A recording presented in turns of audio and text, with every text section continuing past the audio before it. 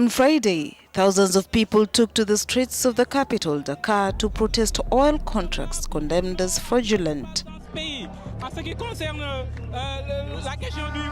A new demonstration following accusations of corruption against the Senegalese president's brother. That's how Senegal has always been. And once again, tensions have erupted. Senegal is facing a political storm unlike anything seen before. Prime Minister Ousmane Sonko has publicly attacked President Bassirou Diomaye Faye, accusing him of weak leadership and failing to deliver on promises. As tensions rise within their once unified partnership, the question looms large.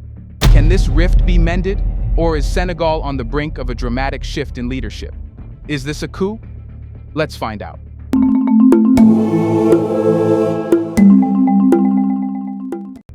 In an unprecedented twist, Senegal's political landscape has been rocked by a high-stakes confrontation between President Bassirou Diomaye Faye and Prime Minister Ousmane Sonko. The two leaders, who once stood as beacons of reform and unity, are now embroiled in a very public feud that has sent shockwaves through the country and beyond. The rupture, which surfaced on July 10, 2025, has been described by many analysts as a political earthquake, marking a critical turning point in Senegal's political trajectory. It all began with a dramatic speech by Prime Minister Sonko, delivered during the PASTEF party's anniversary celebrations. In an unusually bold move, Sonko openly accused President Faye of failing to provide strong leadership, particularly in defending his administration against fierce opposition criticism. The Prime Minister's remarks were anything but subtle, as he expressed his frustration with Faye's inability to lead decisively and follow through on their promises of reform. Sonko even went as far as to demand either full leadership authority from Faye or the autonomy to govern without interference, a demand that struck at the very core of the political partnership they had once shared. The timing of Sonko's outburst was particularly telling. While Faye was overseas in the United States, engaged in high-level talks with U.S. President Donald Trump, Sonko used the opportunity to lay bare his grievances. The president's absence, while meeting a world leader, only intensified the perception that Faye was not present to handle the escalating political drama at home. While Faye had been seen as a diplomatic figure, reaching out to international leaders to boost Senegal's global stature, Sonko's fiery rhetoric showcased a stark contrast, a leader impatient with the perceived inaction of his political partner. Sonko's attack came after months of mounting frustrations within the PASTEF party. Rumors had been circulating about growing tensions between the two men, with factions within the party quietly debating the direction of their leadership. While Faye had long been seen as the figurehead, taking a more measured and diplomatic approach, Sonko had gained popularity for his directness and willingness to challenge both the status quo and his allies when he felt necessary. The divide within their party was becoming more pronounced, and the speech on July 10th appeared to be the breaking point. Sonko's speech did not go unnoticed. His allies quickly rallied behind him, echoing his criticisms of Faye's leadership. Many reminded the public that it was Sonko's groundwork that had paved the way for Faye's presidency in the first place. For these supporters, Sonko's outburst was not just a political attack, it was a call for action. The frustration was palpable as they viewed Faye's leadership as increasingly ineffective in the face of national challenges and growing opposition. To them, the rhetoric was clear. Faye had failed to live up to the expectations set during their initial partnership, and now it was time for change. However, Faye's response to the attack was measured, almost downplaying the significance of the rift. In a public statement, he sought to reassure the nation that there was no serious conflict between him and Sonko, calling the Prime Minister a friend and emphasizing the need for unity in the face of the challenges Senegal was experiencing. Faye's insistence on maintaining a united front suggested his belief that the public would rally behind him, despite Sonko's public rebuke. He called for the focus to shift away from internal power struggles and back to the people, underscoring that their shared goal should be to improve the lives of ordinary Senegalese citizens.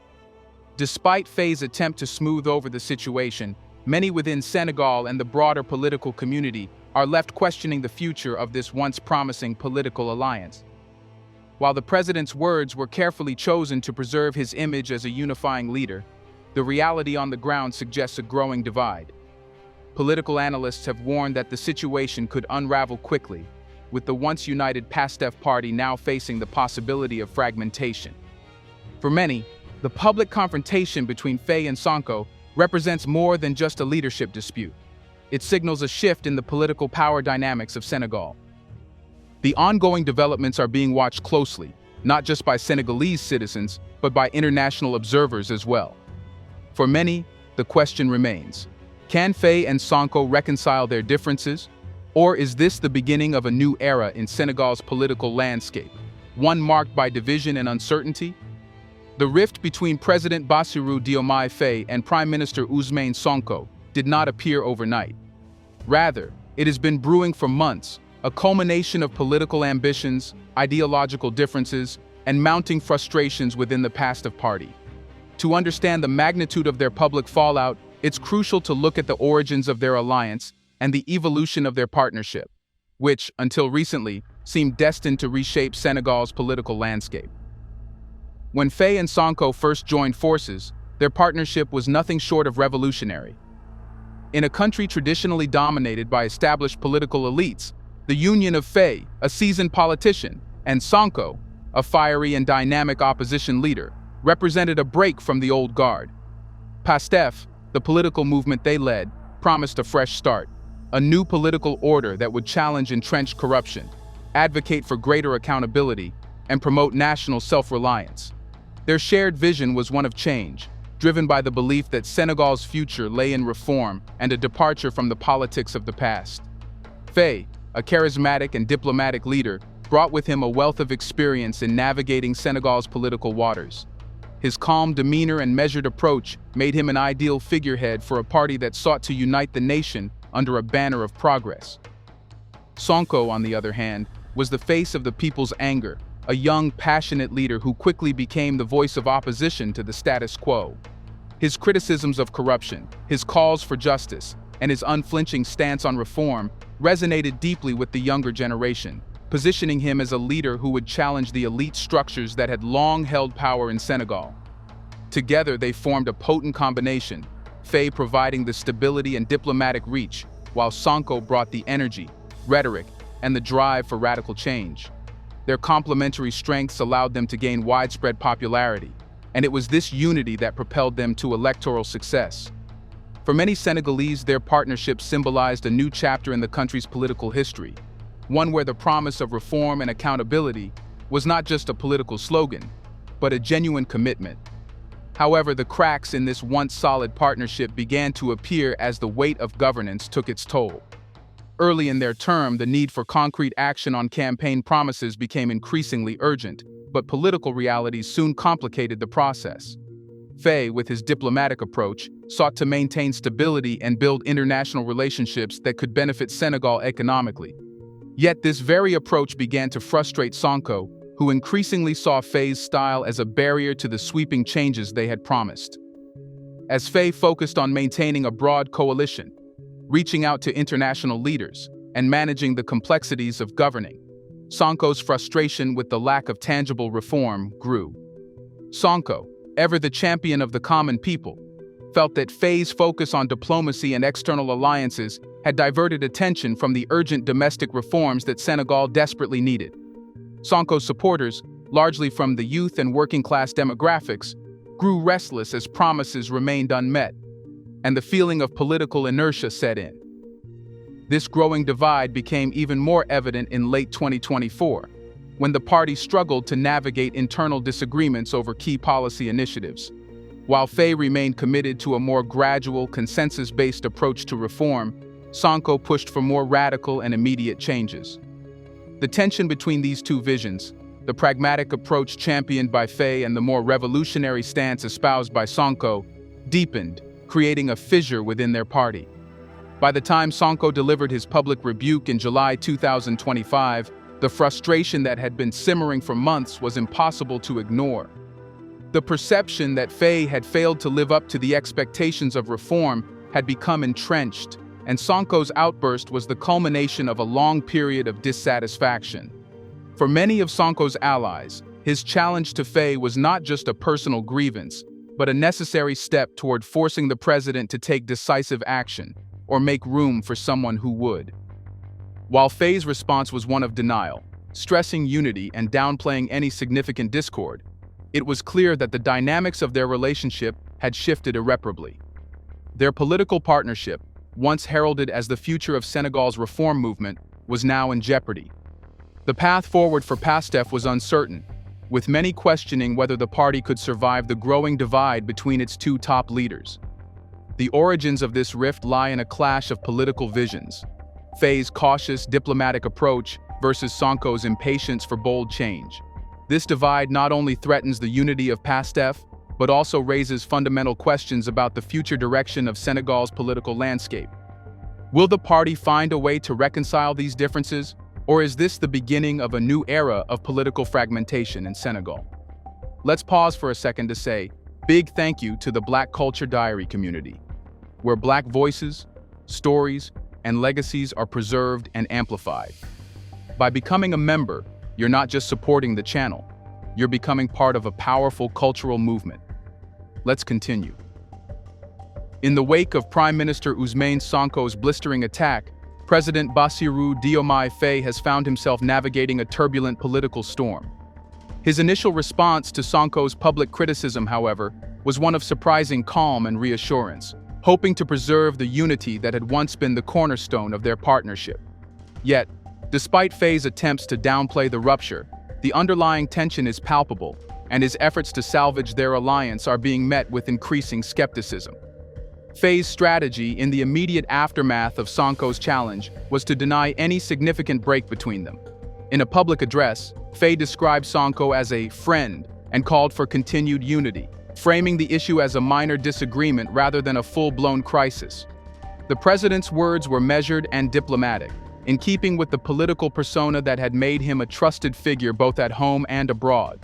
He stressed the importance of focusing on the bigger picture, the struggles facing the Senegalese people, particularly in terms of economic challenges, social reform, and national security.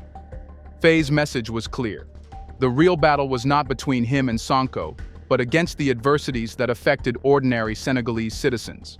However, Faye's call for unity rings increasingly hollow to those observing the situation from the inside. Analysts note that his denial of the rift betrays a deeper unwillingness to confront the reality of the growing divide between the two leaders.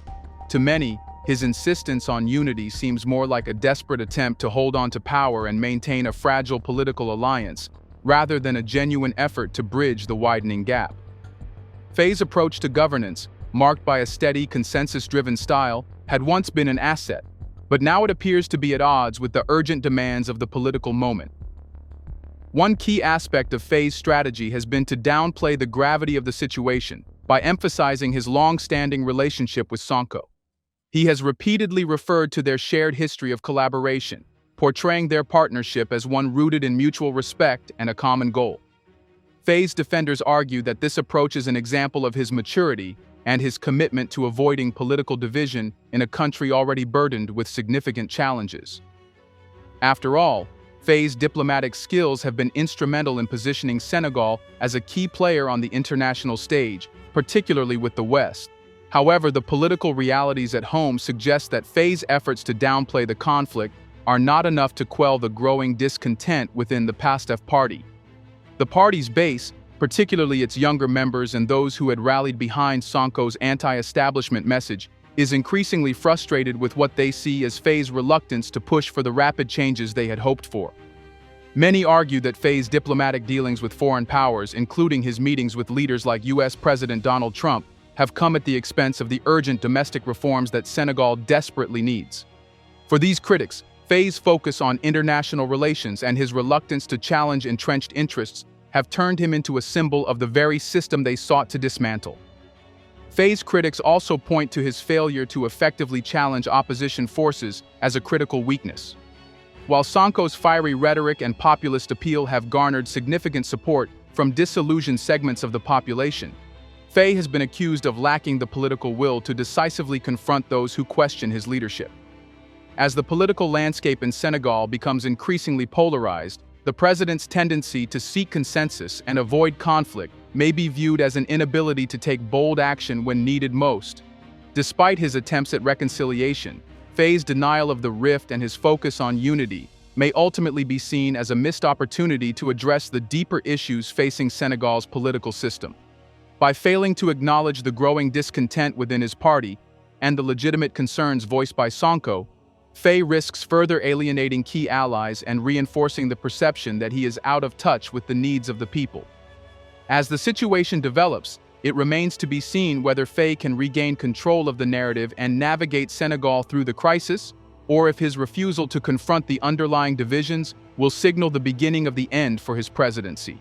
In the end, President Faye's response to the crisis represents a delicate balancing act between preserving the appearance of unity and addressing the very real fractures that threaten to unravel the progress he once championed. His leadership, once seen as the future of Senegal's political reform, is now under intense scrutiny. Will he be able to mend the rift with Sonko, or has his refusal to acknowledge the depth of the divide sealed his political fate? Here's a reminder to please like and share the video and subscribe to our channel to watch more videos on Black culture, history, civilization, and identity. Let's continue now. Now let's talk about Sonko's agenda. Prime Minister Ousmane Sonko's decision to publicly challenge President Bassirou Diomaye Faye on July 10, 2025, was a calculated move that has fundamentally shifted the political landscape in Senegal. Sonko, known for his unflinching stance against corruption and his fiery rhetoric, delivered a speech that not only condemned Faye's leadership, but also threw down a gauntlet, demanding either full leadership authority or the freedom to act independently. His bold words were a decisive moment in a long simmering frustration, signaling a shift in the political dynamics that had previously united Faye and Sonko under the PASTEF banner. Sonko's speech was not just an outburst, it was a deliberate challenge to the very foundation of their partnership. The Prime Minister, once a staunch ally of Faye, accused the president of failing to take action against the growing opposition, particularly in the wake of escalating criticism of their leadership. He painted Faye's administration as ineffective, especially when it came to defending their joint reforms and addressing the core issues facing Senegal. Sonko's remarks were a stark contrast to Faye's diplomatic and consensus-driven approach, highlighting a rift in their political ideologies that had been bubbling beneath the surface for months. What made Sonko's speech particularly striking was its timing. While President Faye was abroad, meeting with U.S. President Donald Trump, Sonko seized the moment to voice his grievances. This was no coincidence. Sonko's critics quickly pointed out that Faye's absence, participating in international diplomacy rather than addressing domestic challenges, symbolized his detachment from the urgent issues at home. Sonko's critique of Faye, framed within this context, suggested that the president's priorities lay more in foreign relations than in fulfilling the promises he had made to the Senegalese people. For many of Sonko's supporters, this moment was seen as a confrontation with a leader who had become increasingly distant from the very people who had helped elevate him to power. But Sonko's challenge was not only about criticizing Faye, it was a call to action, one that demanded accountability and change. Sonko's speech laid bare his frustration with the slow pace of reforms and his belief that Faye's failure to act decisively was jeopardizing Senegal's future. In many ways, Sonko's words served as a rallying cry for those who had grown disillusioned with the lack of tangible results from the government. His appeal to the people of Senegal, many of whom had supported PASTEF for its promises of change, was clear. If Faye could not lead with strength and purpose, then it was time for a new direction.